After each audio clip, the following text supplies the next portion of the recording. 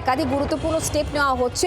মুখ্যমন্ত্রী হিসাবে শুভেন্দু অধিকারী একাধিক বক্তব্য ইতিমধ্যে আমরা পেয়েছি, তবে কাঁথিতে আজকে সকাল থেকে কেমন ছবি সেটাও একটু দেখানোর ইচ্ছে হচ্ছে আপনাদেরকে। কারণ যখন এই জেলার ছেলে মুখ্যমন্ত্রী হন তখন তার চারপাশে অনেক নিরাপত্তারক্ষী থাকবে, এরকমটাই তো স্বাভাবিক না।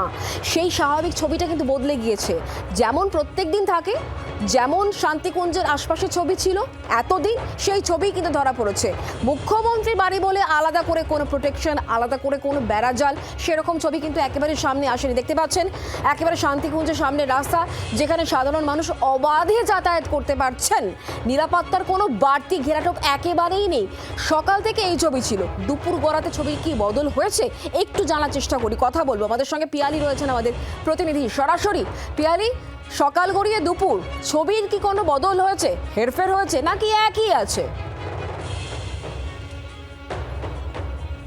দেখো, ছবির যে কোনো বদল হয়নি তার প্রমাণ হচ্ছে আমি একেবারেই শান্তিকুঞ্জের সামনে দাঁড়িয়ে লাইভ করতে পারছি। সাধারণত মুখ্যমন্ত্রীর বাড়ি, তার সামনে যে ঘেরাটপ থাকে, যে নিরাপত্তার কড়াকড়ি থাকে, তাতে আশেপাশে কাউকে ঘেঁষতে দেওয়া হয় না। কিন্তু এক্ষেত্রে দাঁড়িয়ে 24 ঘন্টারও বেশি সময় অতিবাহিত হয়েছে এবং একইভাবে সাধারণ মানুষ যারা সকাল থেকে গতকাল রাত থেকে যেভাবে একেবারে তাদের যে সাধারণ গতিবিধি, সেই গতিবিধিতে কোনো নিয়ন্ত্রণ আসেনি, সেই নিয়ন্ত্রণে কিন্তু কোনোভাবে আরোপ করাও হয়নি।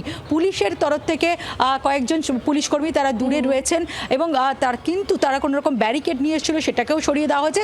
সাধারণ নাগরিকদের যে যাতায়াত, সেটা কিন্তু কোনোভাবে নিয়ন্ত্রণ করা হচ্ছে না। গতকালকে শুভেন্দু অধিকারী বাবা, মুখ্যমন্ত্রী বাবা, তিনি জানিয়েছিলেন এবং একই সঙ্গে যারা সিআইএসএফ এর যারা নিরাপত্তার সঙ্গে যুক্ত রয়েছেন, মুখ্যমন্ত্রীর নিরাপত্তা তারা দিতেন আগে, শুভেন্দু অধিকারী তারা আগে থেকেই নিরাপত্তা দিতেন, তাদেরকেও কিন্তু মুখ্যমন্ত্রী স্পষ্ট করে জানিয়ে দিয়েছেন যে নিরাপত্তার কোনো রকম বাড়াবাড়ি করা যাবে না, যেরকম রয়েছে সেরকমই রাখতে হবে। যদিও এক্ষেত্রে দাঁড়িয়ে যারা নিরাপত্তা প্রদান করেন তাদের ক্ষেত্রে অবশ্যই বিষয়টা চিন্তার, যেহেতু এত মানুষ অবাধে যাতায়াত করবেন, মুখ্যমন্ত্রী নিরাপত্তার একটা বিষয় রয়েছে। কিন্তু মুখ্যমন্ত্রীর স্পষ্ট বার্তা যে নিরাপত্তার কোনো রকম একেবারে যে বাড়াবাড়ি করা যাবে না। সাধারণ মানুষের যে দৈনন্দিন যে যাতায়াত, যাদের এখানে বাড়ি ঘর রয়েছে, যাদের এখানে দোকানপাট রয়েছে, সেগুলোতে যাতে কোনোভাবে নিয়ন্ত্রণ না আসে, যাতে তাদের মনে না হয় যে এটা একটা ভিআইপি জোন হয়ে গেছে। মুখ্যমন্ত্রী হবার পর, শুভেন্দু অধিকারী মুখ্যমন্ত্রী হবার পর তাদের যাতায়াতে নিয়ন্ত্রণ হচ্ছে, সেই রকম পরিস্থিতি যাতে না হয়। গতকালকেই অধিকারী পরিবারের থেকে সেটা স্পষ্ট করে দেওয়া হয়েছিল, পুলিশ এখানে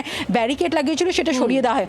পাশাপাশি আজকে সকাল থেকে যে ছবিটা আমরা দেখছি, গতকাল গভীর রাতে সকাল হতে প্রচুর মানুষ তারা দূর দূরান্ত থেকে আসছেন, মুখ্যমন্ত্রী শুভেন্দু অধিকারীর সঙ্গে দেখা করতে চাইছেন, কথা বলতে চাইছেন। এরকমই বেশ কিছু মানুষজনের সঙ্গে আমরা কথা বলেছি জি 24 ঘন্টা। কি বলছেন তারা শোনাই। পিয়ালি, তোমায় ধন্যবাদ। কোনো নিরাপত্তার ঘেরাটোপ বা যাতায়াতে কিছু বারণ আছে? না, কোনো বারণ নেই, কোনো অসুবিধা নেই। ও আমাদের বাড়ির ছেলে, আমরাও বাড়ির ছেলে, তো এতে কোনো সমস্যা কিছু হবে না। আমাদের এই রাস্তা সাধারণ জনগণের জন্য যেমন খোলা ছিল, সাধারণ জনগণ আপনারা দেখতে পাচ্ছেন যে কোনো মানুষ, যে কোনো পেশাযুক্ত, তিনি অবাধে যাতায়াত করতে পারছেন, কোনো ধরনের বাধা নিষেধ নেই।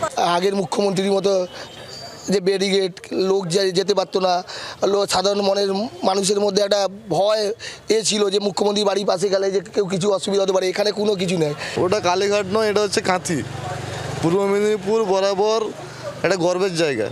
তো এখানে কোনো প্রবলেমের কোনো প্রশ্নই আসছে না। বাংলার আওয়াজ, বাঙালির আবেগ, জি 24 ঘন্টা।